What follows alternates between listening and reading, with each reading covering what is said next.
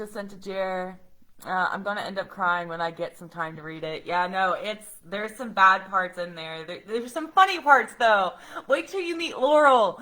Tiffany, when she meets Laurel, oh my god, this is why I couldn't use my other voice actor, because he couldn't get Laurel's voice right. And Laurel has a voice. Wait till you meet Laurel. I love Laurel. I love Laurel, but I also hate Laurel in a way. Like, I have a weird relationship with him.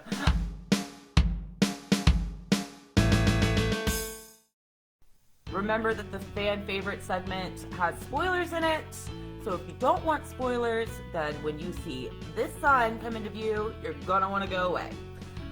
Because these are like really late in the book, like towards the end of the book. So if you don't want spoilers, you will want to run away. Run away. Okay, so I think I've got everything that I need. Let's start. All right, REM World Lucid Chapter 2, New Shoes. Jax, do you mind? The old woman hoists him by the underarm, struggling to lift him from the floor. All she's doing is making him shrug again and again. Leave it. Julian waves her away, staggering to his feet. I'll call for a physician when I return home, and so long as you don't bar my way, I'll be gracious enough to not involve the authorities in this matter. The threat sounds strong, but he can't look at Jax and imagine what he would say to a policeman. How did this woman manage to burn him so badly? There was a violet light, so it must have been an explosive, yet she avoided injury. There is nothing in her hands or on the floor either. He should have heard something, but there was no sound at all. It doesn't make sense. What a nice offer, don't you agree, Jax? Here, let me help you first, and then we'll send you on your way. She leads him to the armchair, patting his shoulder. Leading is a kind way of describing how she pushes him along. She takes advantage of his injury to force him in the right direction. He didn't take her for such an assertive woman when he first saw her. When she deposits him on the chair, she frowns before turning away. He can't puzzle her together. Who in the blazes is she? On one hand, her hair and clothing describe a wild lady, but the way she carries herself, holding her head as if balancing a book, tells him she attended school. Age doesn't affect her back, or if it does, she ignores it. The woman is stern and warm, a gathering of unlike things.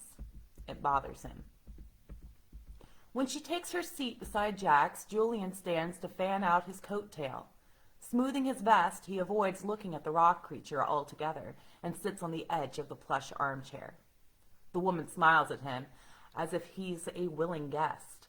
It's too strange a sight, the old woman sitting so close to the man made of lacquered rock. At least his hair no longer glows. Where are you from? Where on earth, I mean?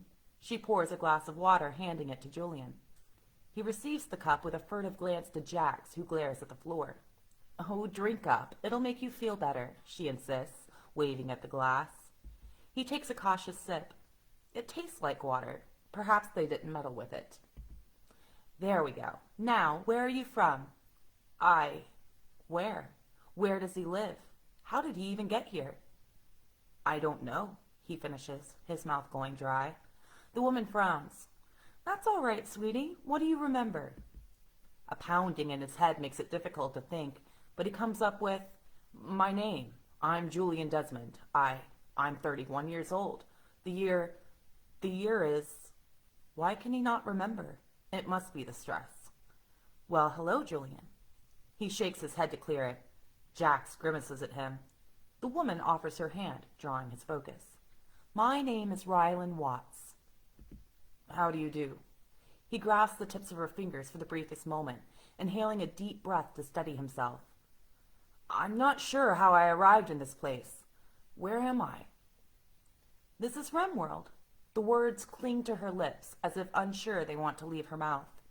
This is the point where all worlds meet. Oh, would you come off it? As if there can be more than one world. He waves away the preposterous claim. Neither Rylan or Jax offers to retract the lie. In fact, they watch him as if waiting for him to accept it as the truth. He clears his throat, adjusting himself on the chair. I'm still very confused. You fell asleep on Earth and you woke up... Oh, it's Rylan's voice. You fell asleep on Earth and you woke up here, Julian, says Jax, breaking his silence. What a petty fellow, spitting his name in such a way.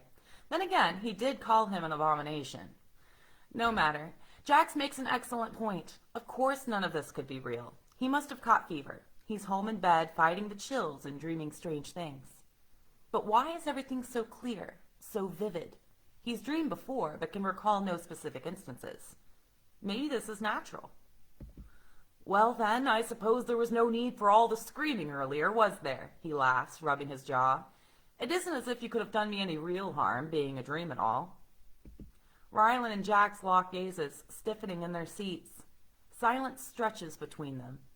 Is this because he realized he was dreaming? Did his subconscious freeze these people in place? His relief fades as he realizes they can harm him, or at least he can feel injuries they deal him.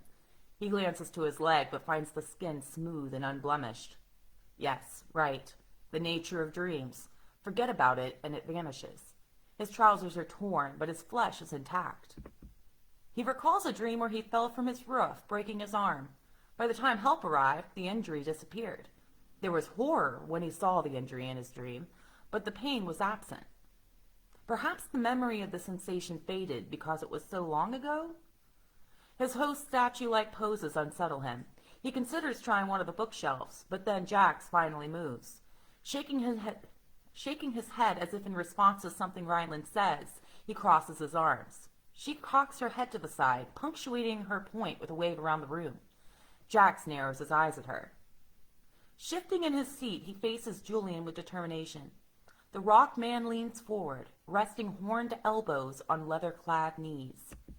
Jax, no, begins Rylan, but the creature, Rylan called him a clavo, shrugs her hand off his shoulder. Here in REM, if you believe nothing else, believe this. His green eyebrows lift as he skewers Julian with an intense gaze. Dreams are real, and they can kill you. Julian studies his human-like face, the words not quite processing. Before he can work through it, Jack claps his hands on his knees and leans back against the miniature couch. He throws Rylan a triumphant look. There! He didn't explode, now did he?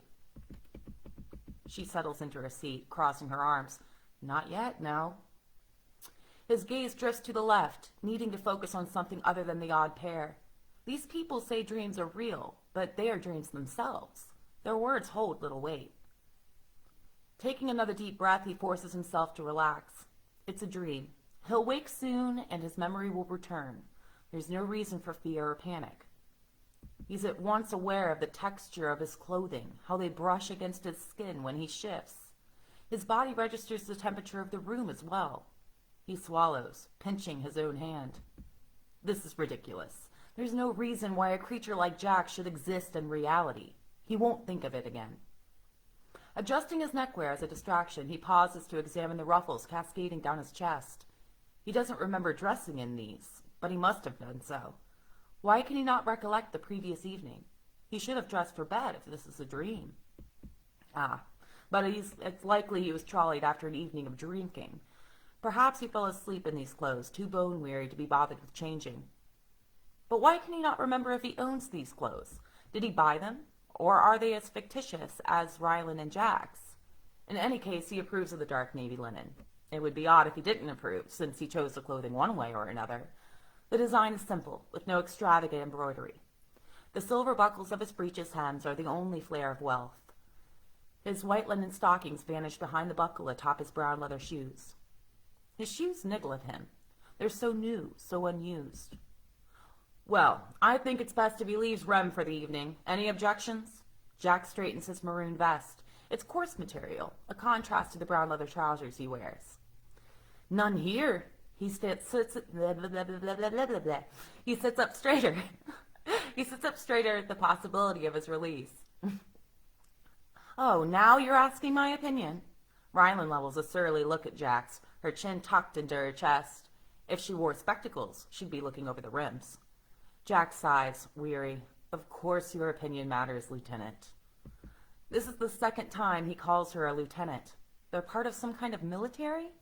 He furrows his brow at them, waiting for further clues, but they fall silent. His mismatched companions stare at each other again, as if in deep concentration. It goes on so long he becomes impatient and clears his throat. With surprised expressions, as if they forgot he occupied the same room, they raise to their feet. "Then I'll leave him to you, Rylan," grumbles Jax, spearing Julian with an annoyed look. He seems more comfortable with a fellow human. Heat floods his face and he looks away. His reputation is one of a bigot, and what's more, it's an honest reflection of his character. Jax frightens him for no other reason than his appearance. He hasn't done a thing to him to warrant this fear, this near revulsion. If anything, he should fear Rylan. She's the one who set him on fire. "Damn it, Jax," snaps Rylan, glowering at him. "How else is he supposed to react? There's only one traveler species in my world." Jax levels a dark look at her and she grimaces. Before she can speak again, he whirls on heel and starts toward the bookcase. When he exits the room, she releases a weighty sigh. Julian feels a pang of remorse, but then he remembers this is a dream. These aren't real people. It's silly to worry about offending people he created in his own mind. Unless this dream is warning him of his flaws in reality. Is he prejudiced in his waking hours? He tries to recall anyone he treated with such disrespect based on their race alone. This reveals a more alarming issue. He can't remember anyone. At all. Who is his mother? Is he married? What does the postman look like? Does he have siblings, friends, co-workers? There's nothing. Rylan touches a hand to his shoulder, making him look up into her sad eyes. "Follow me. I'll show you to your room." "Whatever for? Jack said I was to leave REM." "And go where? Back to what employment? What home?" His temples throb, a headache threatening to take hold. "You leave REM the same way you arrived." A warm smile spreads across her face. A million small lines erupt around it like a halo. "When you fall asleep in REM, you wake up in your own world, and vice versa." "I must only fall asleep?" He raises from his chair. "More or less." She crosses the room and opens another bookshelf, different from the one they'd been using. He wonders if all the shelves are doorways. A long, narrow tunnel lit by what look like candles stretches into the distance. It's a gloomy, foreboding sight. He frowns, the hair on the nape of his neck standing up. "Are we underground?" He trails behind her, appraising the dark path ahead. It's chilly, and his stockings offer little protection. This corridor is like the one through which he attempted his escape, dank and dreary.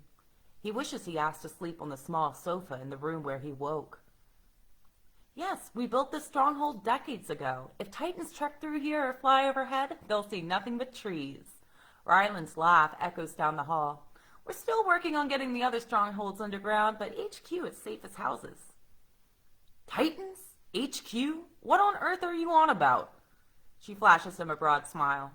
"I'll explain everything tomorrow night if you're still interested."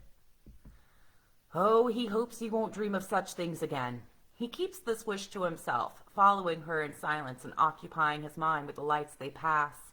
They aren't candle sconces, as he first thought. There's no flickering flame, no wax, only light. Small, hovering orbs of light. Curious. She opens a primitive wooden door set into the stone wall, leading him into a spare room containing a bed. The room is as cheerful as the tunnel. Another mysterious yellow orb is the one dim light source. He studies the door and then Rylan. There's no locking mechanism, so they can't mean to cage him. And even if he did try to escape, there's some sort of trick to leaving this place. He would wander through these tunnels blind for hours and never find his way, he's sure. Squeezing his eyes shut, he pinches the bridge of his nose. He must remember this is a dream. "Thank you." With a curt nod, he crosses the threshold. "Good night, Julian." When she closes the door behind her, he wants to call for her to wait. There's no reason to do so, except being left alone in this place frightens him. A schoolboy's cowardice. He holds his tongue. Her footsteps echo down the stone corridor and fade away. Left in eerie silence, the frigid air of the room leaches into his skin. He won't strip down to his undershirt in these conditions, he's certain. Pulling back a corner of the wool blankets, eager for their warmth, he almost gets into bed with his shoes. He kicks them off, the expensive leather heels thumping when they hit the bare stone floor. Burrowing under the covers, his body aches with exhaustion. He should take better care of his shoes. His old shoes had been falling apart, the soles threatening to fall away as he walked. When he saw his new pair in the shop window, he decided to treat himself. He's always been a bit of a miser, he supposes, so he fought with himself over the expense. He smiles to himself at the memory. There's nothing wrong with managing one's finances with a practical hand. His frosty body begins to thaw, and he feels sleep pulling him away. Then he realizes. He remembered something. Propping himself up on his elbow, he peeks over the edge of the bed at his shoes. If he can remember buying the shoes, what else can he remember? The name of the store? The face of the shopkeep? His brow furrows as he fights to reach another nugget of information. A sharp stab of pain shoots through his temples. It's so keen, his hand flies to his head without volition. He closes his eyes, wrapping himself in the blankets. The missing pieces of himself are on the other side of this dream, in his reality. The sooner sleep finds him, the sooner his memories will rejoin him. End of chapter 2. So yeah, that's a little shorter, but I just kind of wanted... I like to end it on keep my chapters subject-centric. So this chapter's purpose was Julian kind of coming to grips with it, kind of realizing that he can feel in the dream and that he doesn't have any memories. So that's what I want to do with this particular chapter. This is the one that I ugly cried watching. So, ugly cried watching, crap. When I wrote it, I just tried to rip my own heart out. So, this one still chokes me up a little bit, even though I'm the one who wrote it. But, I seriously ugly cried writing it. And this is Tiffany's favorite scene. Sarah lifts the dinner tray from Evelyn's bedside table, frowning at the amount of soup left in the bowl. She didn't even touch the bread, Miss Partridge murmurs. The furtive glance she darts his way tells him she didn't mean to speak it aloud. It's quite fine. Her fever broke. Even the physician admits it's a good sign, he says. Sarah doesn't remind him of the doctor's warning to brace themselves for the worst. She leaves the room with the unfinished supper tray. He's grateful. If he doesn't have hope, he has nothing.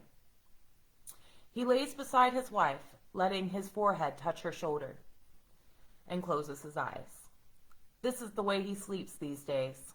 Sarah has long since stopped asking him to leave Evelyn's side, realizing the futility of it. She worries about him, and for that, he's sorry. He doesn't have the strength to spare her the added grief, so consumed is he by his own. Julian, comes Evelyn's small voice. He props himself up on his elbow. Did I wake you? She shakes her head, the motion almost imperceptible, and gives him a smile. Her chapped lips look painful, as if they may crack and bleed at the slightest touch. Julian, I need to tell you something. His first instinct is to tell her to save her strength, to rest, but he relents at the determination in her eyes. Very well, love. What is it you need to say? Searching her eyes, he smooths her vibrant curls. I want to thank you, Julian, she croaks, her deep brown eyes welling up. At his distraught expression, she closes her eyes to compose herself. No, don't be sad. You gave me the life I only dreamed possible for myself. My relationship with my father remained intact to his dying day thanks to you. I spent my years doing what I loved without obligations another man would have forced upon me. You're my miracle, she whispers, opening clear, sparkling eyes. Without you, I'd be lying here in this bed, reliving regret after regret. Because you saved me, married me, I'm overcome with happy memories. You've been my best friend, and so much more. To many more, he tells her, steeling himself against her words. He kisses her forehead. Your fever broke, Evelyn, and the physician is hopeful. Don't you dare give up on me. Never, she grins, her laugh faint and weak. I'm much too stubborn for that. She dissolves into a coughing fit, leaning over the side of the bed. Snatching a handkerchief from the table, she expels the product of her lungs. When she replaces the napkin, it's with a shaky arm. He takes her by the shoulders and helps her lie back down. Her color is worse than ever, though he tries to ignore it. Julian, hisses Sarah. She stands at the doorway, her complexion rivaling the alien Evelyn's. She gestures for him to come into the hall. And that's all I'm going to read. Whew. I almost cried reading it. But maybe it's because I'm so close to it. And I really know who Evelyn is, and I know their relationship together. And you guys will know their relationship together and everything when you read the book. Oh, my throat got all tight. It was so bad. Oh, man. Whew. But anyway, that was Tiffany Wolford's favorite scene. That's today's fan favorite segment. What did you guys think? Tiffany says, it's my fave. Tiffany says, so good. Okay, thank you. And my voice actor did get back in touch with me, thankfully. Yay. And he told me that today he was kind of like taking a, his Sunday to clean his house and junk like that. Lots of people do that. But that he will be sending me a sample of REM World Lucid here soon. So it looks like we're pretty much tight. He asked me if it was okay for us to pencil the project in for October. I said, you can do it with permanent marker. You're the one that I want. I know I'm going to jump for the gun, but I can't imagine how he would mess up REM World, how REM World wouldn't be, how he wouldn't produce that well when I've heard his other work. And The False Prince, his work on The False Prince, mwah, I'm telling you, gorgeous. And I actually did post that link right here on the REM World Trilogy page, so you can scroll through there and try and find it to see what you think about his work. He adds background sounds to it and everything too. Just sent to Jared, says thank you.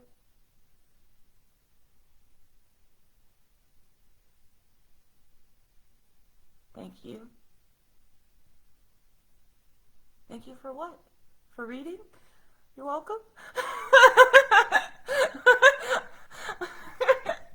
Oh, Jacinta, I love you though. You're so helpful. I love how you just really you're one of my champions. You share everything. You like everything. You're always here. I love it. I love it. I love it. I love it. I love it. I love it.